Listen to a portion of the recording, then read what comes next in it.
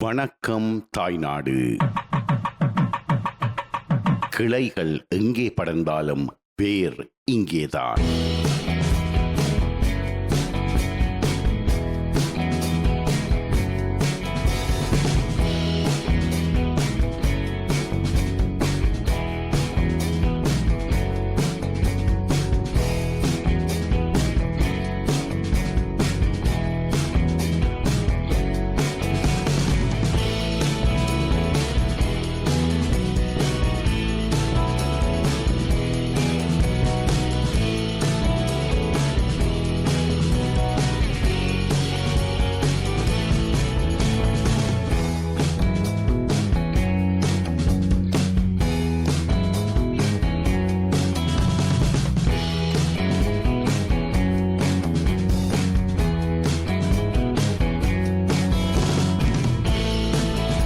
யாழ்ப்பாணத்தில் உள்ள ஒரு பிரதானமான சந்திக்கு அருகில் தான் நான் இப்போது இருந்து கொண்டிருக்கின்றேன். இந்த சந்தியில் இருந்து இந்த வீதியினூடாக சென்றால் யாழ் பொது நூலகத்திற்கும், இந்த வீதியினூடாக சென்றால் யாழ் வைத்தியசாலைக்கும் சென்று சேர முடியும். இந்த சந்திக்கு அருகில் ஒரு புராதனமான குளமும் ஒரு பிரபல்யமான பாடசாலையும் அமைந்திருக்கின்றது. அந்த பாடசாலை தான் யாழ் மத்திய கல்லூரி. இதை கூறும் போதே உங்களுக்கு விளங்கி இருக்கும் இந்த சந்தி எந்த சந்தி என்று. இந்த சந்தி தான் மணிக்கூட்டு கோபுர சந்தி. இன்று எமது வணக்கம் தாய்நாடு நிகழ்ச்சியில் இந்த மணிக்கூட்டு கோபுர சந்தியை அண்டிய சில பகுதிகளை பார்க்கலாம். பாருங்கள் நேயர்களே, எங்களுடன் இணைந்து.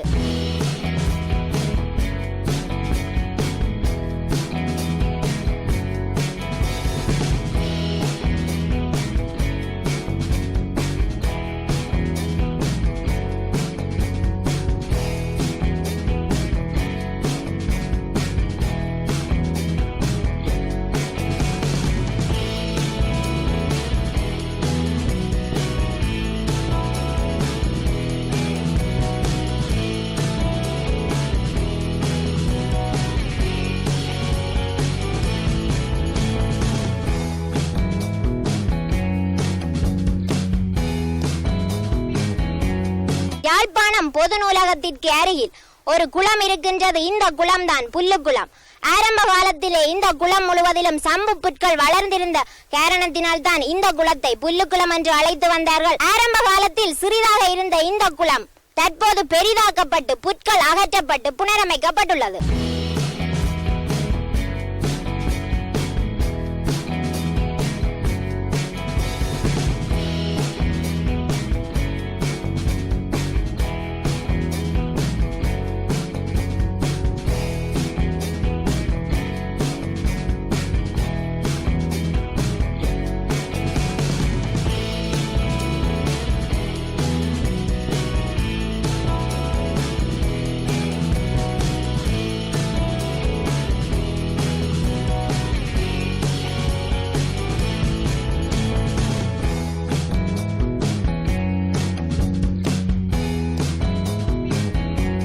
பொதுவாகவே வாகனங்களை செலுத்த வேண்டும் என்றால் அதற்கான சாரதி அனுமதி பத்திரத்தினை பெற்றிருக்க வேண்டும். அவ்வாறான சாரதி அனுமதி பத்திரத்தை பெறுவதற்கான பயிற்சி வழங்கப்படும் இடம்தான் இந்த கோட்டை முனியப்பர் ஆலயத்திற்கு முன்புறமாக அமைந்துள்ள இந்த இடம். இந்த இடத்தில் யாழ் மாவட்டத்தை சேர்ந்த சாரதிகள் மட்டுமல்லாது மன்னார் போன்ற வெளி இடங்களில் இருந்தும் சாரதிகள் வந்து இங்கு சாரதி பயிற்சியினை பெற்று செல்கின்றார்கள்.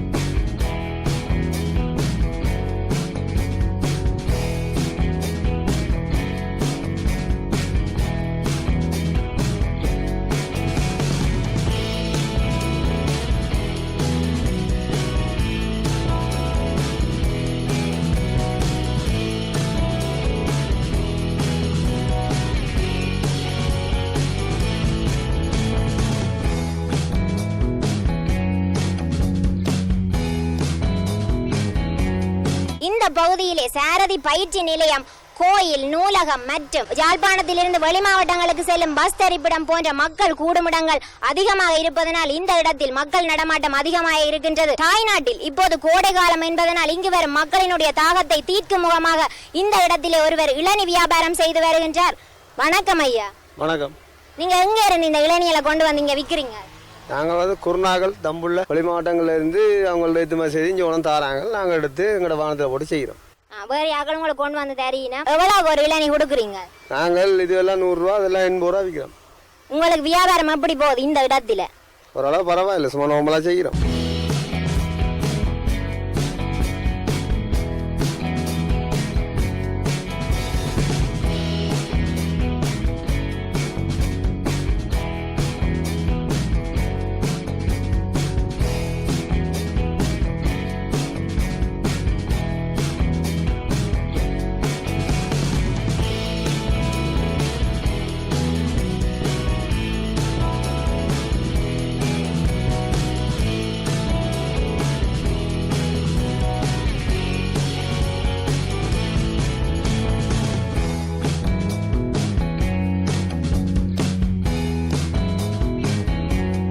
ஆரம்ப காலங்களில் மன்னர்கள் கோட்டைகளை அமைப்பார்கள். கோட்டைகளின் பாதுகாப்பிற்காக கோட்டைகளின் உள்ளே ஒரு சிறிய ஆலயத்தையும் அமைப்பார்கள். அவ்வாறு அமைக்கப்பட்ட ஆலயம்தான் இந்த கோட்டை முனீஸ்வரர் ஆலயம். அந்த கோட்டையின் நடுவே அமைக்கப்பட்டிருந்த இந்த ஆலயம் அந்நியர்களின் படையெடுப்பின் போது கோட்டையுடன் சேர்த்து அழிக்கப்பட்ட இவ்வாலயத்தை பின்னர் இந்த இடத்திலே அமைத்தார்களாம். இந்த ஆலயம் அமைக்கப்பட்டு 100 வருடங்கள் கடந்து விட்டதாகவும் இந்த ஆலயத்தின் பூசாரி கூறியிருந்தார். இந்த ஆலயத்தின் பின்னால் இருக்கின்ற கோட்டை இன்று பழமையை பாதுகாக்கும் நோக்கத்தோடு திருத்தப்பட்டு வருகின்றது.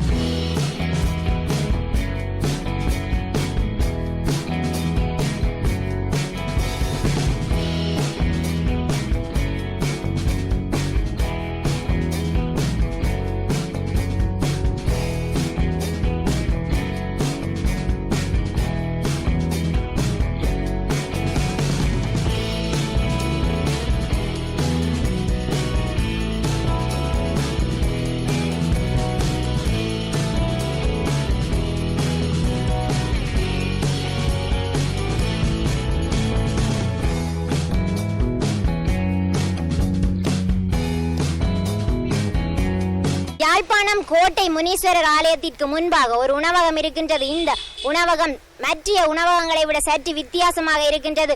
ஒரு ரொலியினை உணவகமாக மாற்றி அதிலே இந்த வியாபாரி வியாபாரம் செய்து வருகின்றார். இந்த உணவகத்திற்கு முன்னால் சாரதிய பயிற்சி நிலையம் அமைந்திருக்கின்றது. அந்த சாரதிய பயிற்சி நிலையத்திற்கு வரும் மக்கள் இந்த உணவகத்திற்கு அதிகம் வருவதனால் இங்கே அதிக வியாபாரம் நடைபெறுவதாக இந்த கடை உரிமையாளர் குறிப்பிடுகின்றார்.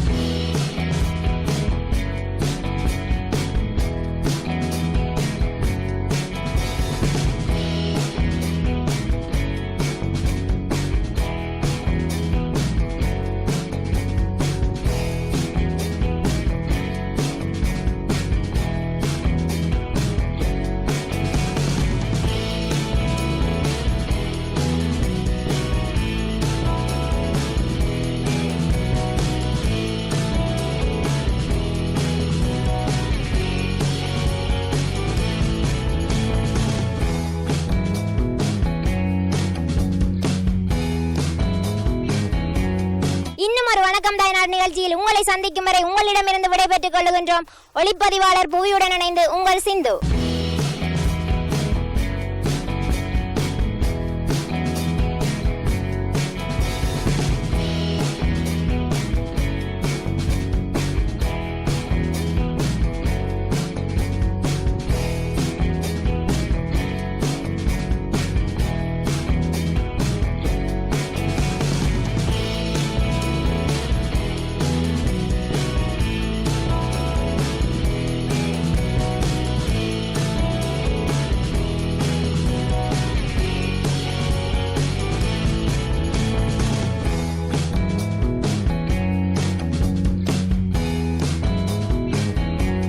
வணக்கம் தாய்நாடு நிகழ்ச்சியின் இன்னும் ஒரு பகுதிக்குள் செல்வதற்கு முன் ஒரு சிறிய விளம்பர இடைவேளை எடுத்துக் கொள்வோம். இது உங்கள் வணக்கம் தாய்நாடு. எங்களுடன் என்று இணைந்திருங்கள். வணக்கம் தாய்நாடு. கிளைகள் எங்கே படர்ந்தாலும் வேர் இங்கேதான்.